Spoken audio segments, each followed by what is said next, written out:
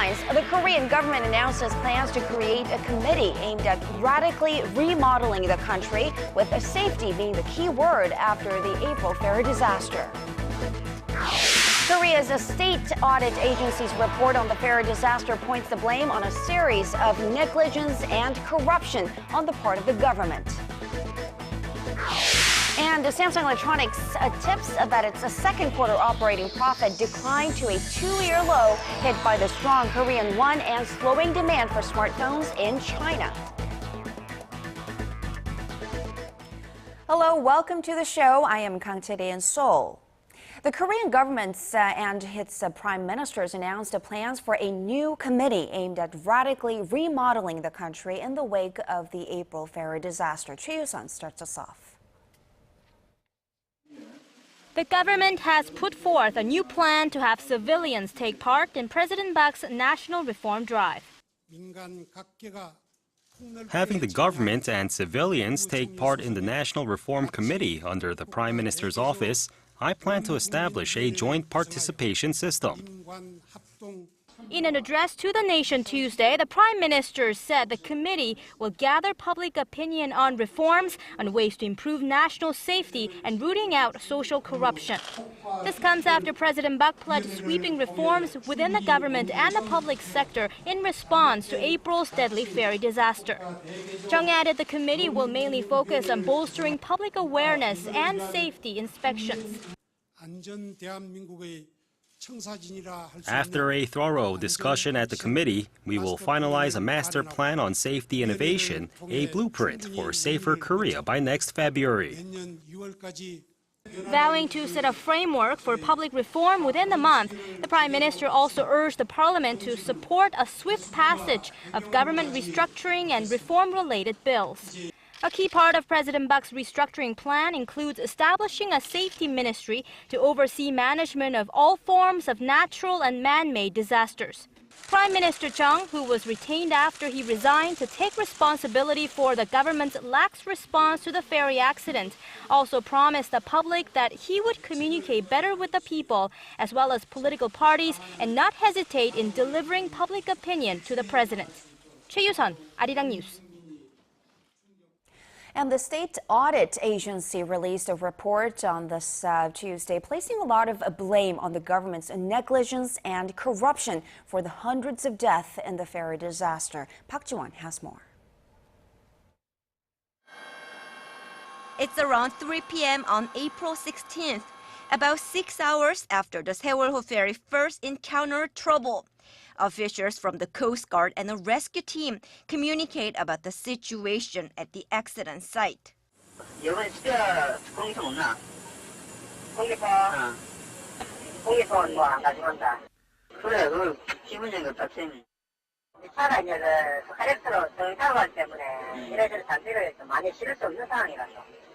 Rescue teams did not even have enough boats to take to the scene of the accident.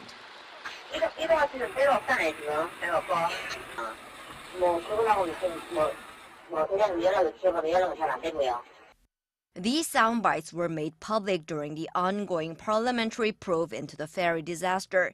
They add credence to the criticism that authorities wasted precious time in the early hours of the accident because they weren't prepared.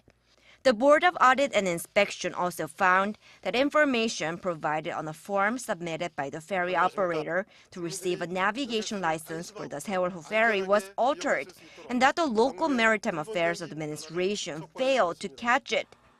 Cargo was also not reported properly. The ferry operator had reported that 97 vehicles were aboard the vessel that day, but in fact the number was nearly double that, at 185, another factor leading to the capsizing. Some Coast Guard officials stand accused of receiving kickbacks just days before a regulations committee convened to make a determination on the Sewol license. From corruption and lax oversight to failed rescue efforts, the combination of factors were deadly. Nearly 300 people have been confirmed dead in the tragedy, and 11 people remain unaccounted for. Park Ji-won, ARIRANG News.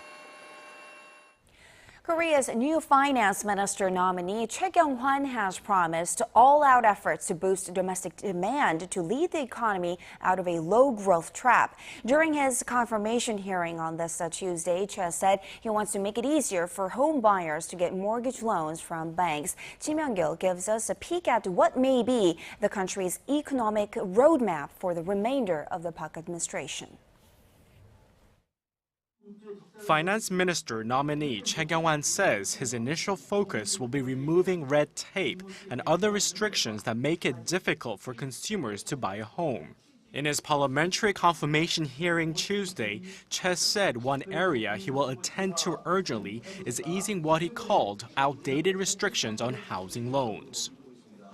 Debt-to-income and loan-to-value rules that have limited purchases have been in place for more than a decade, and there have been reasonable efforts to improve the system. We will come up with more reasonable measures. Choi, who will also be a deputy prime minister if he is confirmed, said the government is requiring banks to excessively limit housing loans, as it has failed to change regulations written more than 10 years ago when there were worries about property market bubbles. Adopted during the housing market boom, the rules strictly restrict the size of a home loan that can be given to home buyers. But the nominee did not say how he would bring the nation's rapidly growing household debt problem under control. Critics say it will only get worse if loan restrictions are eased. Choi said the need to boost domestic demand has become more urgent as the April ferry disaster prompted many consumers to refrain from leisure activities, thereby slowing the recovery. The economic team will place its focus on boosting domestic demand through increasing household income and improving consumer sentiment. The nominee also said he was opposed to tax hikes aimed at making up for a revenue shortfall, adding that revenue should be raised by boosting economic activities, not by raising taxes. Choi said when it comes to extra budget, he said the government would take a comprehensive approach looking into the economic conditions and that the government is in the middle of crafting a budget plan for next year. Kim Young-gil, ARIRANG News. North Korea says it's now unilaterally banning workers from entering an inter-Korean business complex if they were found carrying mobile phones or USB drives starting this Thursday. Seoul says the message was sent through a military hotline on Sunday and that they replied to the North that such issues should be discussed through dialogue as they are not included in current regulations. As it stands now, North Korea fines $100 for mobile phones in the Kaesong Industrial Complex. And staying with North Korean troops have reached the inter-Korean armistice line at least 5 times this year as part of its infiltration training. A South Korean military official who asked not to be named says the drills ordered by leader Kim Jong-un himself are designed to prepare for surprise attacks inside the demilitarized zone. Most of the violations have come at night and resulted in South Korean troops firing warning shots, sending them back north of the border. The most recent breach came in mid-June when 3 North Korean troops got as close as 600 meters away from a general outpost in the city of Paju, just north of Seoul, where they broke a bell that had been set up for North Koreans hoping to defect. The recent cases have prompted the South Korean military to reassess its border defenses and the United Nations command to send a notice to North Korea urging it to stop the border violations. And North Korean leader Kim Jong-un limped onto the stage as he attended a mass memorial service commemorating the 20th anniversary of the death of North Korean founder Kim Il-sung. Tuesday's memorial was broadcast live by the state media, and the young Kim was shown walking with a visible limp. The reason for this limp is not known, but it's a rare display of weakness from a regime whose leaders are considered semi-divine. Senior military officers and party officials also attended the ceremony, but Kim Kyung-hee, the daughter of Kim Il-sung and aunt of Kim Jong-un, was not present, and also absent was Kim Young-gun, who is in charge of North Korea's cross-border affairs. Now, in the wake of Japan's recent decision to lift some of its sanctions on North Korea, the regime's issued rare praise for a pro-North Korea federation in Japan. Kim Min-ji tells us what's behind this move. North Korea's main national daily Nodong Shinmun has published a rare article praising a pro-Pyongyang federation of Koreans living in Japan known as Jocheonmyeon.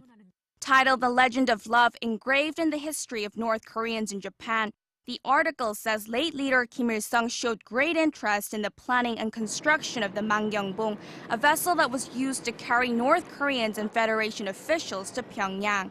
It added that Kim said officials from the Federation were revolution comrades. The move comes a matter of days after Japan lifted some sanctions imposed on the North. Pyongyang seems to be laying the groundwork to get financial support from the Federation again, now that regulations on the transfer of money have been eased. Around $300,000 can be remitted to North Korea without prior approval from the Japanese government. However, there are voices of concern emanating out of the Federation. Japanese media reports say some businessmen within the Federation dread becoming the source of funding for North Korea. It seems their woes will deepen, though, as North Korea continues to cozy up with Japan. Kim Min-ji, ARIRANG News. For the latest in news that impacts Korea and the world, join Kang Chae-ri for a lively half hour that covers politics, business, international news, and much more. Live at 8 every weeknight on ARIRANG TV. Human Rights Council headquarters in Geneva on Thursday, finding ways to persuade. Samsung Electronics' second quarter operating profit is not going to look pretty. Its guidance shows profits falling below the psychologically significant 8 trillion won mark for the very first time in 2 years. What's behind this and what is expected to come? Our Hyun-kyung explains. Industry insiders in Seoul are calling it an earnings shock. Samsung Electronics' second quarter earnings guidance stands at 7.2 trillion won, or just above $7 billion, falling 15% from the previous quarter and down a whopping 25% from the same period last year. The company attributed the lower-than-expected operating profit to a slowdown in the growth of the global smartphone market and a strong Korean currency. Samsung had a hard time in high-end smartphone segment because Galaxy S5 was not sold well. Second, Samsung did not focus on mid and low-end smartphone market because of price down pressure from Chinese smartphone competitors. Experts add if Samsung fails to beat off competition from Apple and Chinese manufacturers such as Xiaomi and Lenovo by the end of the year, the results will take a toll on the Korean economy as well, given that Samsung last year took up nearly 50% of the combined net profit generated by all listed companies in Korea. Samsung says the far from impressive numbers are hardly related to its ill chairman Lee Gun-hee, but with the second quarter profit hitting a 2-year low, investors are likely to put more pressure on the tech giant's management. Hyun-kyung, ARIRANG News. LG Electronics has started selling its Gwatch smartwatch both on and offline. Online at the Google Play Store and offline at stores in 27 countries, including the United States, Canada, France, and Italy. Now, you'll have a choice between black and white, and the watch boasts an always-on feature that allows the display lights to be activated at all times, making it easier for users to check the time. Gwatch is compatible with smartphones running on Android OS version 4.3 or higher and will retail for about $265 in Korea. Fortune magazine's annual list of the world's biggest companies is out, and Walmart is back on top. Walmart regained the top spot on the Fortune 500 list, unseating energy giant Royal Dutch Shell with nearly $476 billion in revenue. Korea's Samsung Electronics came in at number 13, up 4 notches from last year. and 2 slots higher than its main rival, Apple. A total of 17 Korean companies were listed, with SK Holdings and Hyundai Motor cracking the top 100 for the very first time. Overall, the combined revenues of the top 500 companies was $31.1 trillion, up 2.5% from last year. Hundreds of drivers in Korea are collectively suing some of the country's biggest automakers. This after the Korean government announced last month that 2 local automakers, including Hyundai Motor and 4 foreign brands here, overstated their gas mileage of their vehicles. Hwang Jie tells us more. Consumers who bought cars with overstated gas mileage are collectively taking some of Korea's biggest automakers to court. As of now, around 1,700 people have joined together for the lawsuits. The overwhelming majority are owners of Hyundai Motor's 2013 Santa Fe SUV, taking up almost 90% of claims. Drivers who own Ssangyong Motor's 2013 Corando SUV and some imported cars have also joined the lawsuits. A lawyer working on behalf of the drivers says he expects the number of plaintiffs to rise and top 3,000.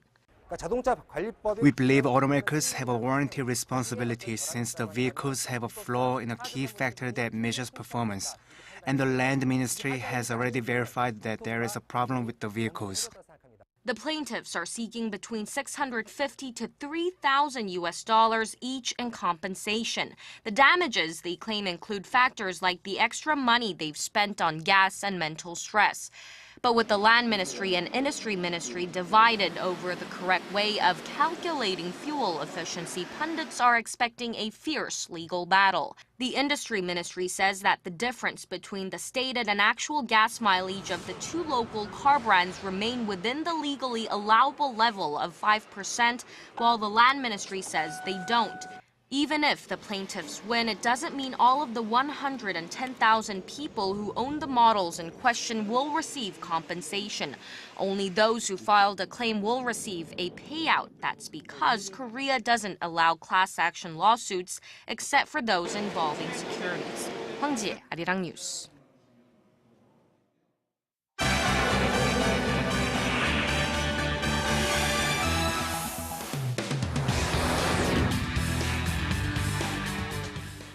The Israeli military has launched another round of airstrikes on the Gaza Strip in response to the latest wave of rocket attacks. For more on this story, of course, Paul E. is joining us from the News Center. Paul, at least 9 Palestinian militants have been killed and dozens of others injured over the past 2 days, including civilians.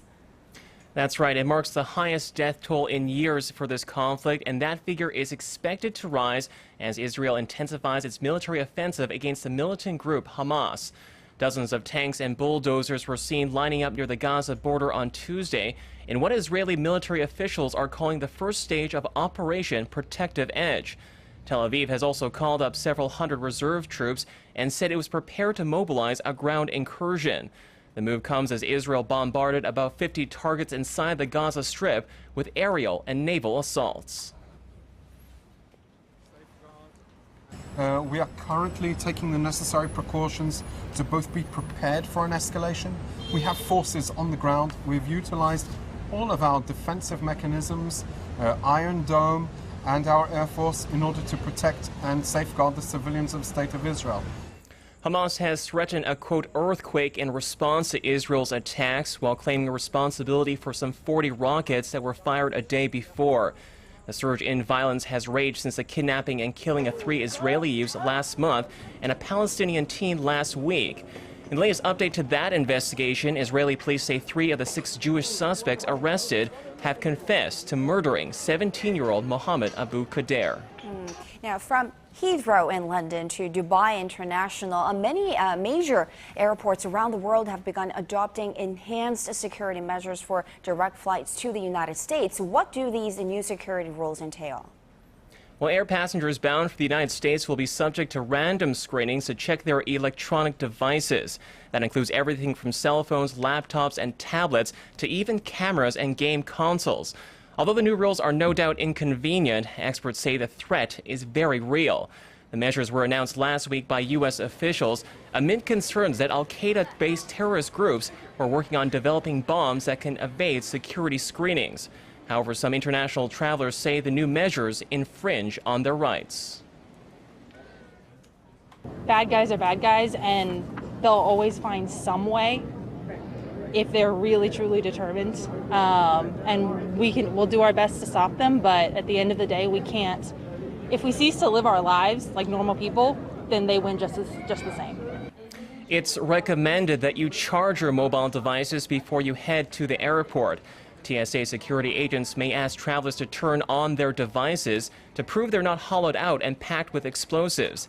If they can't be powered up, the devices will not be allowed on planes. Okay, so I'll remember that. Charge your phone before you head out. Now, turning now to Australia, where Japanese Prime Minister Shinzo Abe has arrived for an official state visit there. What's on his agenda in Australia? Well, Prime Minister Abe is on a 3-day visit to Australia in a bid to forge closer economic and defense ties between the two nations. The trip marks the first for Abe after Tokyo reinterpreted the country's pacifist constitution to allow its military to aid friendly countries under attack. Addressing Australia's parliament on Tuesday, Abe said the two nations were launching a special relationship of cooperation in areas such as defense. Prime Minister Abbott and I will sign an agreement concerning the transfer of defense equipment and technology that will make the first cut, engraving the special relationship in our future history. Following this session, Abe and his Australian counterpart Tony Abbott signed an economic cooperation pact, as well as an agreement on military equipment and technology transfers. Experts say the agreement could pave the way for a deal that would have Japan build a fleet of stealth submarines for Australia. And finally, Paul, police in Brazil have arrested a senior executive of a Swiss company in connection with a massive ticketing scam at the World Cup. What are investigators saying about this case? They're saying it marks a major step in their probe into the illegal resale of tickets for the international football tournament. Police say Ray Whalen of Switzerland-based Match Services was arrested on Monday in Rio de Janeiro. Whalen's firm is an official hospitality and ticketing company for FIFA. His name had come up during a raid of a gang last week, which allegedly earned $95 million selling World Cup tickets on the black market. The crime that is being investigated is facilitating the distribution of tickets to illegal touts. The penalty for the crime is of 4 years in prison. The criminal association may also have facilitated the distribution of tickets for touts who in turn distributed them through their own network. Police say they're also following up on allegations that relatives of FIFA president Sepp Blatter may have been involved with the gang's activities. In a statement, FIFA said it would cooperate with local authorities in their ongoing investigation. Chetty? All right, thank you very much for those stories, and we'll see you back here in just about 2 hours.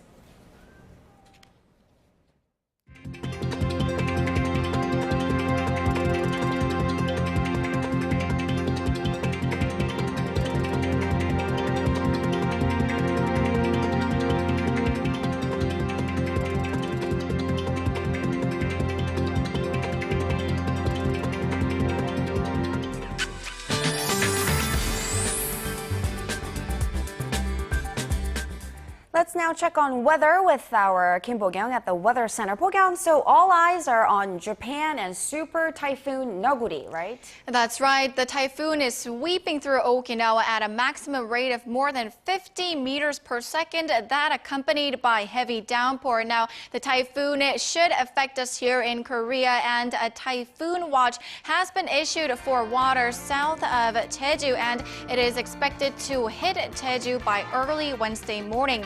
Due to the typhoon, strong winds and hail in Ulsan City led to a blackout of about 10 industrial complexes earlier today. So once again, those down south must be prepared for strong winds and heavy rainfall. Other than that, the rainfall should begin in Jeju on early Wednesday morning and gradually make its way up to the central regions by tomorrow evening. Moving on to Wednesday's readings, Seoul hits 32 while Gwangju and Busan reach 27. As for other regions, well, Daejeon soars to 31, Jeju and Dokdo to 26. Now, ending off with World Cup weather, Brazil and Germany is set to face off in Belo Horizonte. The weather there looks to be nice and sunny with daytime highs peaking at 26. That does it for me for now, and back to you, Teddy.